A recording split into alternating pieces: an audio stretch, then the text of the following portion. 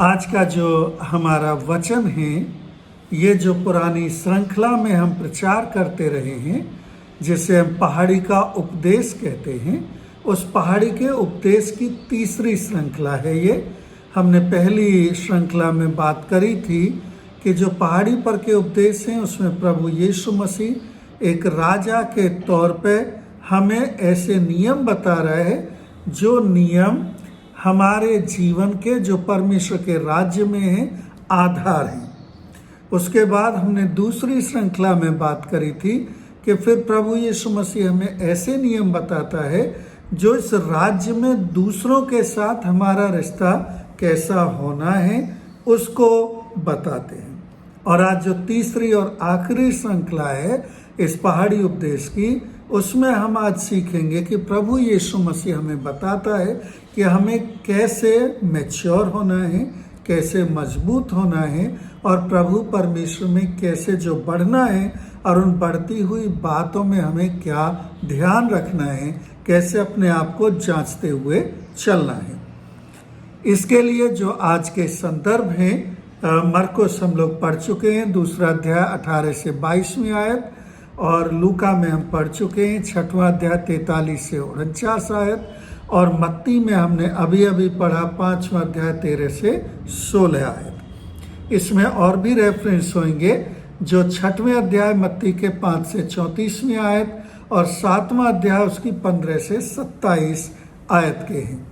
सबसे पहले मैं ये जो रेफरेंसेस हैं इनकी समरी, इनका सारांश आपके सामने रख देता हूँ ताकि आपके पास ये ऑलरेडी आपके मन में बैठ जाए, जिसके ऊपर हम लोग बातचीत करने वाले हैं। मत्ती का जो सुसमाचार हमने पढ़ा, और मत्ती के सुसमाचार में 5वां अध्याय 13 से 16 आयत तक हमने पढ़ा। उसमें प्रभु यीशु मसीह हमें सिखा रहे हैं कि हम इस दुनिया के नमक हैं और हम इस दुनिया की ज्योति हैं। और वो हमसे कह रहे हैं कि जो हम इस दुनिया के नमक हैं, अगर हमारी नमकीनी, अगर हमें से नमक खो जाएगा तो फिर हम किस काम के रहेंगे।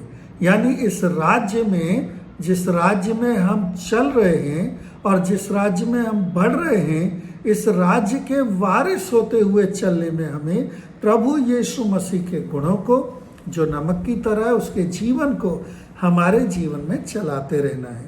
क्योंकि अगर वैसा नहीं होगा तो फिर हम इस राज्य के काबिल नहीं है, इस राज्य में फिर हमारा कोई मतलब नहीं है। दूसरा, वो बताते हैं कि हम इस दुनिया के लिए ज्योति हैं। तो इस राज्य में जब हम आ जाते हैं तो हम दूसरों को प्रकाश देने वाले बनते हैं और उसको छुपा के नहीं रखा जाता है। प्रभु यीशु मसीह बता रहे हैं कि जब कोई ज्योति हम जलाते हैं तो उसको छुपा के नहीं रखते, बल्कि ऊंची जगह पर रखते हैं जहाँ से पूरे घर के लोगों को, सब लोगों को उजियाला मिलता है। फिर मत्ती के सुसमाचार उसके 6वें अध्याय और 5 से 18 में यीशु मसीह हमें सिखा रहे हैं कि जब हम प्रार्थना करते हैं तो प्रार्थना दिखाने के लिए नहीं, और ना ही हमारे जो उपवास हैं वो दिखाने के लिए। क्योंकि इस राज्य में जब आप आते हैं तो आपका रिश्ता परमेश्वर के साथ बनता है, और इसलिए चाहे आप प्रार्थना करें और चाहे उपवास करें, वो परमेश्वर के लिए और परमेश्वर में करते हैं। इस दुनिया के लोग अपने उपवासों को दिखाते हैं दूसरों को, अपनी प्रार्थनाओं को सुनाते हैं दूसरों को, लेकिन इस राज्य के लोग, जो प्रभु यीशु मसीह का राज्य है, ये काम नहीं करते। फिर मत्ती रचित सुसमाचार उसके 6वें अध्याय और 19 से और 24 आयत में प्रभु यीशु मसीह बता रहे हैं कि जो हमारी सच्ची दौलत है, हमारी जो सच्ची दौलत है वो परमेश्वर में है, इस दुनिया में नहीं है। और फिर वो इसमें बताते हैं कि कोई भी मनुष्य इस दुनिया की जो दौलत है उसकी और परमेश्वर की, दोनों की आराधना नहीं कर सकता, यानी दोनों का वफादार नहीं हो सकता है। या तो इस दुनिया का वफादार रहेगा और या फिर परमेश्वर का वफादार रहेगा। और उस संदर्भ में बीच में आँखों का जिक्र करा गया कि अगर तेरी आँख जो है सही है, और वो क्यों करा गया कि पहले पैसे की बात करी गई है कि तेरा जो सच्चा धन है वो परमेश्वर में है, और फिर पैसे की बात करी गई है कि तू पैसे और परमेश्वर दोनों की सेवा नहीं कर सकता। इसीलिए आँख का जिक्र करा गया क्योंकि हम आँखों से जो देखते हैं दुनिया में और जो लालसा करते हैं कि मेरे पास ये भी हो, मेरे पास ये भी हो, मेरे पास वो भी हो, वो जो लालसाएं हैं बहुत सी बार हमें उस अंधेरे काम की तरफ ले जाती हैं जहाँ हम कॉम्प्रोमाइज़ करते हैं और जहाँ हम उस पैसे को कमाने के लिए परमेश्वर को तुच्छ जानते हैं। ऐसा नहीं है इसका मतलब कि जी हमें पैसा नहीं चाहिए, पैसे की ज़रूरत नहीं है, पैसा नहीं कमाना है, बल्कि परमेश्वर से ज़्यादा महत्व उस पैसे को नहीं देना है। फिर वो मत्ती रचित सुसमाचार उसके 6वें अध्याय के 25 से और 34 आयत में बताते हैं कि हम दुनिया की जो चिंता करते हैं, दुनिया की बहुत सी बातों की जो चिंता हमारे मन में रहती है, एंग्सियसनेस जो हमारे मन में रहती है, उससे हमारा कोई फ़ायदा नहीं होता है, क्योंकि उससे तो हमारे सर का एक बाल भी हम सफ़ेद से काला नहीं कर सकते हैं। फिर परमेश्वर वहाँ बताते हैं, हमें सिखाते हैं कि उससे अच्छा है कि हम परमेश्वर के राज्य की खोज करें, हम प्रभु परमेश्वर में अपने आप को समर्पित करें, परमेश्वर में भरोसा करें, तो परमेश्वर हमें वो आनंद भी देगा और हमें बढ़ाएगा भी। फिर आगे प्रभु यीशु मसीह उसी पहाड़ी पर के उपदेश में 7वें अध्याय और 15वें से 27वें आयत में बताते हैं कि जो आज्ञाकारिता है वो प्रभु परमेश्वर में अच्छे फल लाती है और हमारा जो जीवन इस राज्य में है वो हमारे कामों से, हमारे फलों से पहचाना जाता है। और फिर एक उदाहरण देते हैं वहाँ कि एक बुद्धिमान वो है जो परमेश्वर के वचन को सुनता है और उसका आज्ञाकारी रहता है, और वो उसके समान है जो एक घर बनाने वाला है, उसने अपना घर पत्थरों से बनाया, चट्टान पर बनाया, और जब दुख मुसीबत आए, तूफान आया, तो वो टिका रहा। जबकि मूर्ख वो है जिसने अपना घर मिट्टी में बगैर नींव डाले, बगैर गहराई के और मिट्टी से बनाया, और जब बाढ़ आई तो उसमें बह गया। मरकुस में इसी की श्रृंखला में प्रभु यीशु मसीह बताते हैं 2 अध्याय में कि जो हम प्रभु यीशु मसीह में इस राज्य में आते हैं और चलते हैं तो हमारे जो पुराने रीति रिवाज हैं उनका महत्व नहीं रह जाता है। और क्यों बताया उन्होंने कि कुछ लोगों ने आके यीशु मसीह से कहा कि देखिए जी, यूहन्ना के चेले उपवास करते हैं, फरीसियों के चेले उपवास करते हैं, तुम्हारे नहीं करते हैं। और तब यीशु मसीह ने बताया कि देखिए वो मेरे चेले हैं, वो नए जीवन में चल रहे हैं और इसलिए पुरानी बातों में वो नहीं चल रहे हैं। और जब मसीह यीशु मसीह में हम अपनी मैच्योरिटी और इस राज्य के तौर तरीकों में आते हैं, चलते हैं, तो हमें पुरानी बातों को छोड़ते हुए, पुराने रीति रिवाजों को छोड़ते हुए नए में प्रभु यीशु मसीह के राज्य में बढ़ते जाना है। लूका में 6वें अध्याय में और 43वें आयत से 49वें आयत तक प्रभु यीशु मसीह सिखाते हैं कि जो सच्चाई है, जो अच्छाई है, वो हम में बाहरी रूप से दिखाई दे जाती है। वो अंदर है, लेकिन वहाँ प्रभु यीशु मसीह बताते हैं कि जो हमारे अंदर है वही तो हम बाहर ला सकते हैं। तो अगर बुरी चीज़ें हमारे अंदर भरी हुई हैं तो बुराई ही निकलेगी, और अच्छी चीज़ें भरी हुई हैं तो अच्छाई ही निकलेगी। तो जैसा पेड़ है वैसे ही तो उसके फल होंगे। और ये किससे होएगा मजबूत? हमारी आज्ञाकारिता से। यानी प्रभु यीशु मसीह ने जो कहा है उसको सिर्फ सुनना नहीं है बल्कि उसको मानने के द्वारा से। ये हमने परमेश्वर के जो वचन हैं उनको देखा है। अब हम इनसे क्या सीखते हैं इसके ऊपर बातचीत करेंगे। हमारा जो प्रभु यीशु मसीह है, हमारा मसीह, उसने अपना जीवन मेरे और आपके लिए दिया, और वो जीवन मेरे और आपके पापों के लिए दिया ताकि मुझे और आपको पिता परमेश्वर से, हमारे परमेश्वर से, जिससे हम पाप के कारण अलग हो गए थे, मेल मिलाप करा के ये राज्य जो हमारे लिए स्थापित करा है उसे हमें दे सके। उसने हमें इस राज्य में जो स्थापित करा है और हमें बुलाया है, इस राज्य के वारिस बनाया है, और इस राज्य में फिर बुला के हमसे कहा इसके अनुसार चाल चलो। लेकिन होता क्या है, हम यीशु मसीह में आके, यीशु मसीह के राज्य में आके भी अपनी कमजोरियों के कारण से, अपने जो इच्छाएं हैं उनके कारण से, अपनी लालसाओं के कारण से असफल हो जाते हैं उसके अनुसार चलने में। तब हमारा प्रभु यीशु मसीह हमें छोड़ नहीं देता है, बल्कि वो हमें अपनी पवित्र आत्मा के द्वारा सामर्थ्य देकर और अपना जो वचन है, जो उसने परमेश्वर के वचन में, या जिसे हम पवित्र बाइबल या पवित्र शास्त्र कहते हैं, उसमें देकर हमें मजबूत करा है और अपने राज्य में अपने राजा होने के द्वारा से हमें बढ़ाया है। सो पहली बात जो हम यह मनन करेंगे वो है कि ये जो प्रभु यीशु मसीह ने पहाड़ी पर का उपदेश दिया, जिसमें उसने हमें अपना आधार बताया कि किस आधार पर खड़े होना है, जिसमें उसने हमें बताया कि दूसरों के साथ कैसे रिश्ते रखना है, उसी में प्रभु परमेश्वर ने हमें ये भी बताया कि हमें अपने आप में कैसे मजबूत होना है और वो मजबूती कैसे दिखेगी और परमेश्वर के साथ हमारा रिश्ता कैसा होगा। तो सबसे पहले जो मैच्योरिटी है, ये राज्य का जो स्टैंडर्ड है वो क्या है। तो परमेश्वर का जो रिश्ता है उसके साथ हमारा स्टैंडर्ड क्या है इस राज्य में, कि जो प्रार्थनाएं हैं वो शो ऑफ के लिए नहीं हो सकती, दुनियावी नहीं हो सकती, दिखाने के लिए, हमारी महिमा के लिए नहीं हो सकती। जो उपवास हैं वो दूसरों को दिखाने के लिए नहीं हो सकते। ये मत्ती के सुसमाचार में हमने 6वें अध्याय 5-18 में पढ़ा है।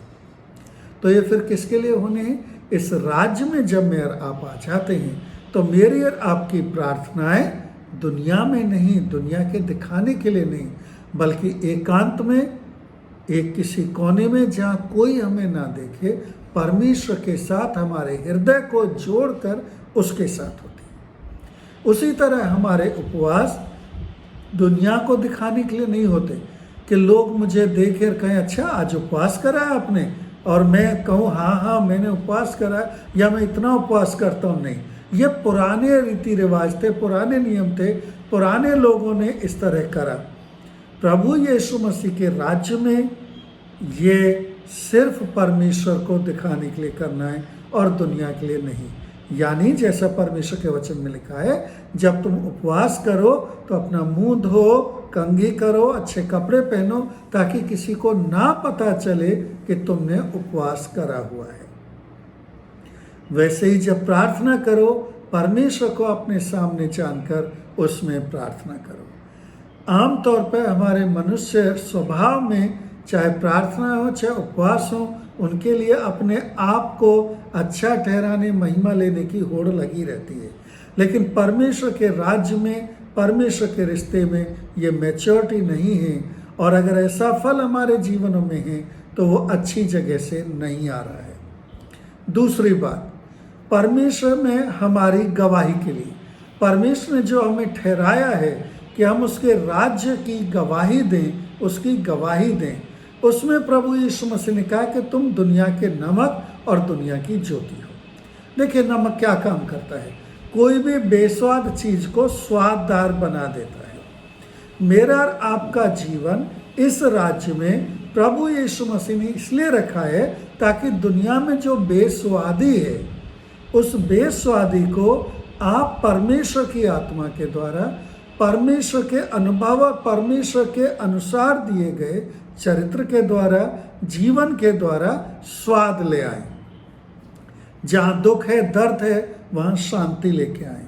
जहाँ केओस है, वहाँ सही रीति से काम करने में मदद करें। जहाँ लोगों को परेशानी है, उनके साथ खड़े हो, तब तो आप नमक बनेंगे। और ज्योति बनाया है। ज्योति क्या करती है? किसी भी भूले भटके को अंधेरे से निकालकर रास्ता दिखाती है। क्या मैं और आप प्रभु यीशु मसीह में बढ़ते हुए उन लोगों को रास्ता दिखा पा रहे हैं जो अपने आप को शायद भटका हुआ पाते हैं, जो अपने आप को परेशानी में पाते हैं, जो अपने आप को मुश्किलों में पाते हैं? आमतौर पे क्या होता है, हमारी कमजोरी और हमारी परेशानियों के कारण हम दूसरों को बेस्वादी दे देते हैं और हम दूसरों को अंधेरे की तरफ ले जाते हैं। इस राज्य में, जिस राज्य के लिए मुझे आपको चुना गया, यानी प्रभु परमेश्वर में जो अपने बच्चे बनाने के लिए, अपने बेटे और बेटियां बनाने के लिए परमेश्वर ने मुझे आपको चुन लिया है।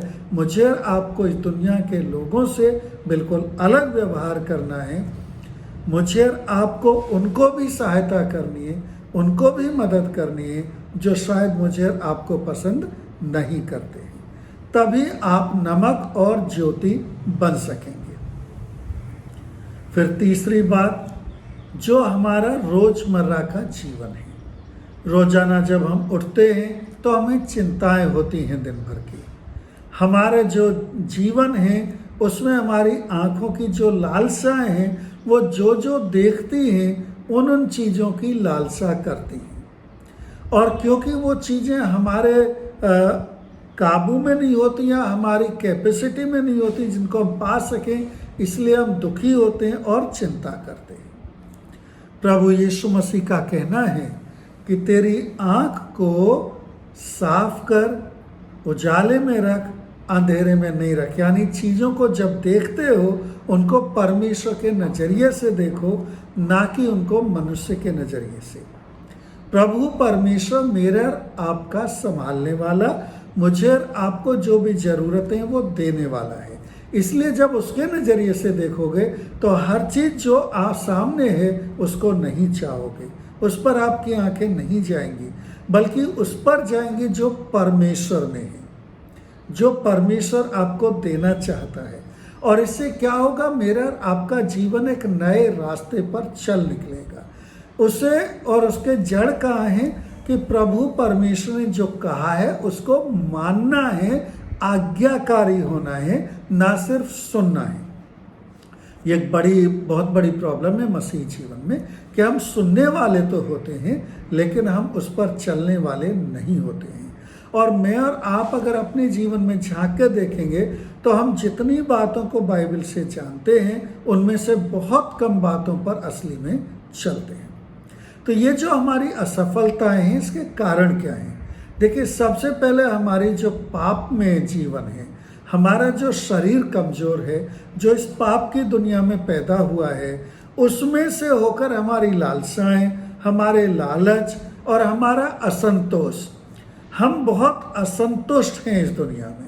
और ये जो असंतोष है ये हमें कमज़ोर बनाता है, ये हमारी कमज़ोरी बन जाता है। प्रभु यीशु मसीह कहता है, चिंता मत करो, संतोष रखो, मैं तुम्हारा देखभाल करने वाला, तुम्हें आगे ले चलने वाला।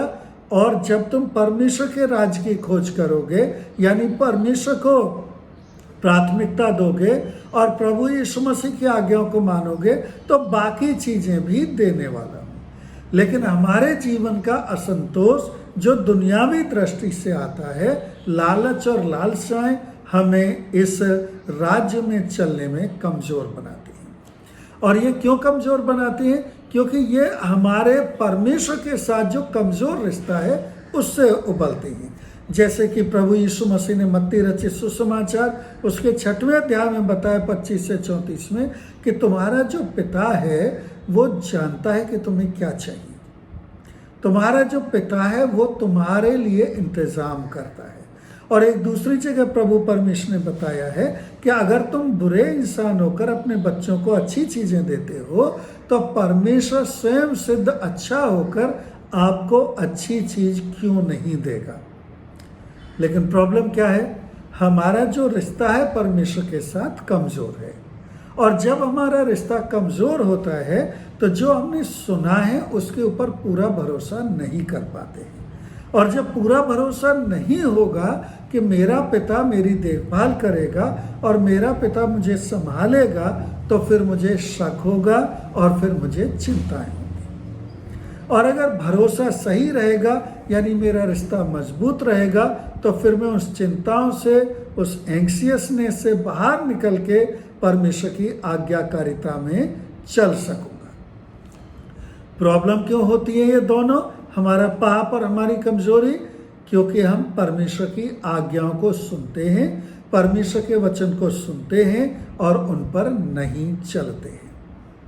जब प्रभु यीशु मसीह ने बीज बोने वाले का दृष्टांत बताया था तो प्रभु यीशु मसीह ने कहा था कि 4 अलग अलग तरह की जमीनें हैं जिन पे बीज गिरता है, और फलवंत सिर्फ किसमें होता है? जो तैयार होती है, जो आज्ञाकारिता का समय है। तो फिर जो मेयर आप सुनते हैं अगर वो करेंगे तो जितना करते रहेंगे, जितना आज्ञाकारिता में बढ़ते रहेंगे, उतना मेरा और आपका रिश्ता मजबूत होता जाएगा। और जितना मेरा और आपका रिश्ता मजबूत होता जाएगा, उतना ही मेरे और आपके जो फेलियर्स हैं और जो कारण है इस राज्य में सही ना चलने के, वो कम होते जाएंगे। क्योंकि अगर मेरा रिश्ता मजबूत होता जाएगा तो मेरे अंदर से पाप दूर होता जाएगा, कमजोरी दूर होती जाएगी, मेरे अंदर से लालसाएं, इच्छाएं जो इस दुनिया की तरफ से आती हैं वो कम होती जाएंगी। हम यहाँ ये बात नहीं कर रहे हैं कि हम सर्व सिद्ध हो जाएंगे। ये यात्रा है, इस राज्य की यात्रा जिसमें हम चल निकले हैं। ये पिलग्रिमेज है, लेकिन इस पिलग्रिमेज में चलना तो पड़ेगा। लेकिन अगर हम किसी एक ही जगह खड़े हो गए हैं और वहाँ से आगे नहीं जा रहे हैं, तो ना सिर्फ हम खड़े हो गए हैं बल्कि हम सड़ने शुरू हो जाते हैं, क्योंकि एक जगह पड़ी पड़ी कोई भी चीज़ खराब हो जाती है। हमें चलते रहना होगा, इस राज्य में परमेश्वर की आज्ञा में बढ़ते रहना होगा। अब हमने दो चीज़ें देख ली। एक बात तो ये देख ली कि इस राज्य के स्टैंडर्ड क्या है, यानी हमें क्या होना है। फिर हमने ये देख लिया कि हमारी कमजोरी क्या है और क्यों है, क्यों हम उसमें फेल होते हैं। तो अगर अब हम अपने ऊपर इन चीज़ों को लेंगे तो जाहिर सी बात है हमें चिंता होगी, परेशानी होगी, और ना सिर्फ हम अपनी दुनिया की परेशानी बल्कि इस राज्य से भी फेल होने की चिंता में आ जाएंगे। वैसा करने की ज़रूरत नहीं है, क्योंकि ये मेरे और आपकी काबिलियत के आधार पर मुझे और आपको नहीं मिला है। ये मेरे और आपके भले होने के आधार पर मुझे और आपको नहीं मिला है। इसकी जो सोर्स है, इस राज्य में मेरे और आपके होने और चलने की जो सामर्थ है, वो प्रभु यीशु मसीह के राजा होने से आती है। He is the source, his kingship is the source. तो सबसे पहली बात क्या है उसमें, यीशु मसीह ने इस राज्य को स्थापित करा है, मैंने और आपने स्थापित नहीं करा है। और जब यीशु मसीह ने इस राज्य को स्थापित करा है अपनी कीमत देकर, अपनी सामर्थ्य के आधार पर, तो वो इसको संभालेगा भी। उसी ने मेरे और आपके लिए इस राज्य को सुनिश्चित करा है, मुझे और आपको दिया गया है, मैंने और आपने कमाया नहीं है। तो इस राज्य में होना, इस राज्य के नागरिक होना मेरे और आपके ऊपर निर्भर नहीं है, बल्कि प्रभु यीशु मसीह ने मुझे इस राज्य में नागरिक बनाया है। तो ये दो चीज़ें बहुत महत्वपूर्ण हैं कि राज्य प्रभु यीशु मसीह का उसने स्थापित करा है, और इस राज्य में मुझे जो नागरिकता दी है, इस राज्य में जो मुझे संभाल के रखा है, वो प्रभु यीशु मसीह ने। ना सिर्फ इतना ही, बल्कि इस राज्य में बने रहने के लिए उसने नई सृष्टि मुझे दी है, मुझे नई सृष्टि बनाया है, नया जीवन दिया है, ताकि मैं उस काबिल बन सकूं कि इस राज्य के अनुसार चल सकूं। ना सिर्फ इतना, बल्कि कंटिन्यूअस रीति से, लगातार रीति से प्रभु यीशु मसीह ने अपनी पवित्र आत्मा की सामर्थ्य दी है, अपनी पवित्र आत्मा को दिया है, ताकि हर कदम पे ये पवित्र आत्मा मुझे अगुवाई करते हुए चल सके। इसलिए मुझे डरने की ज़रूरत नहीं है, परेशान होने की ज़रूरत नहीं है, बल्कि मुझे बार बार प्रभु यीशु मसीह में, अपने राजा में, अपनी गलतियों को, अपने अपराधों को मानते हुए उसकी शरण में आने की ज़रूरत है, ताकि मैं उसके राज सिंहासन के पास आ सकूं, ताकि मैं उसमें भरोसा कर सकूं, उसकी आज्ञाओं पर चल सकूं, और उसकी पवित्र आत्मा और नए जीवन के द्वारा उसके पीछे पीछे बढ़ता चलूं। ये भविष्यवाणी हमारे प्रभु परमेश्वर के राज्य के बारे में और उसके इस दुनिया में आने के बारे में बहुत पहले कर दी गई थी। यशायाह की किताब उसके 9वें अध्याय में अगर आप देखेंगे तो 6वीं और 7वीं आयत मैं आपके लिए पढ़ता हूँ। यहाँ इस तरह लिखा है, क्योंकि हमारे लिए एक बालक उत्पन्न हुआ, हमें एक पुत्र दिया गया है, हमारे लिए उत्पन्न हुआ है, वो हमें दिया गया है, और प्रभुता उसके कांधे पर है, मेरे और आपके कांधे पर नहीं है। उसका नाम अद्भुत, युक्ति करने वाला, पराक्रमी परमेश्वर, अनंत काल का पिता और शांति का राजकुमार रखा जाएगा। उसकी प्रभुता सर्वदा बढ़ती रहेगी, घटेगी नहीं, और उसकी शांति का अंत ना होगा। इसलिए वे उसको दाऊद की राजगद्दी पर इस समय से लेकर सर्वदा के लिए न्याय और धर्म के द्वारा स्थिर किए और संभाले रहेगा। सेनाओं के यहोवा की धुन के द्वारा यह हो जाएगा। तो किसके द्वारा हो जाएगा ये? सेनाओं के यहोवा यानी हमारे परमेश्वर के द्वारा से ये संपूर्ण हो जाएगा, चलता रहेगा। हम असफल होते हैं लेकिन हमारा प्रभु असफल नहीं होता है। पवित्र आत्मा जो हमें अगुवाई करते हैं वो हमें नहीं छोड़ती है। इसलिए आइए इस राज्य में बढ़ते चले, मजबूत होते चले, उसकी आज्ञाओं को मानकर उसमें भरोसा करके, और इस राज्य में जो राज्य मेरे और आपके हृदय में प्रभु यीशु मसीह ने स्थापित करा है, उसके पिता परमेश्वर की महिमा करते हुए और उसके लिए गवाह बनते हुए। प्रभु परमेश्वर आप सबको